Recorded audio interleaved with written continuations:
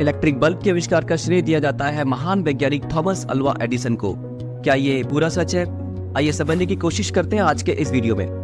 विज्ञान के इतिहासकारों के मुताबिक थॉमस अल्वा एडिसन से पहले भी कई वैज्ञानिकों ने बल्ब के आविष्कार और उसके तकनीक के विकास में महत्वपूर्ण योगदान दिए। इनमें से कुछ प्रमुख वैज्ञानिक हैं। सबसे पहले ब्रिटिश वैज्ञानिक सर हम्फ्री डेवी ने 1809 में चारकोल की स्ट्रिप को इलेक्ट्रोड की तरह इस्तेमाल किया और जब इसे बैटरी से जोड़ा तो इसमें तेज रोशनी पैदा हुई। इसे इलेक्ट्रिक आर्क लैंप कहा गया।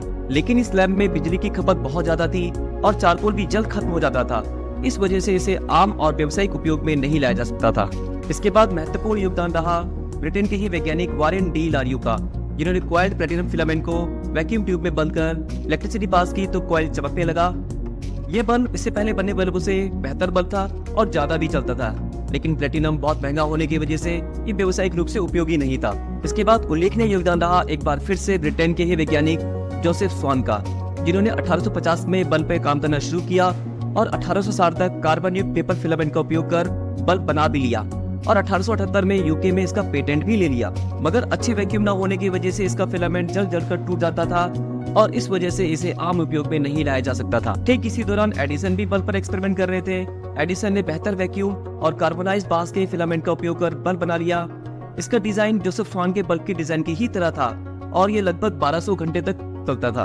1880 में यूएसए में एडिसन को इसका पेटेंट भी मिल गया। यह बल्ब आप इस्तेमाल में लाया जा सकता था और व्यावसायिक रूप से भी सफल साबित हुआ। इसके बाद जोसेफ स्वान और एडिसन के बीच में पेटेंट को लेकर विवाद शुरू हो गया। जोसेफ स्वान ने पेटेंट उल्लंघन का दावा करते हुए यूके में एडिसन पर केस कर दिया और जोसेफ स्वान ने ये केस जीत लिया। एडिसन ने कानूनी लड़ाई को ज्यादा लंबा न खींचने का निर्णय लिया और जोसेफ स्वान के साथ हाथ मिलाया और दोनों ने मिलकर 1883 में एडिसन स्वान नाम की एक कंपनी बना। इस तरह से हम समझ सकते हैं कि केवल एडिसन ने ही बल्ब का आविष्कार नहीं किया, बल्कि एडिसन ने पहले से मौजूद बल्ब में सुधार की है। अब चलते चलते एक रोचक तथ्य, कैलिफोर्निया राज्य के लिवरमोर शहर में लगा यह बल्ब 122 सालों से लगातार जल रहा है, जो कि 1901 से जल रहा है। इस बल्ब का नाम Guinness book of world record में भी दर्ज है।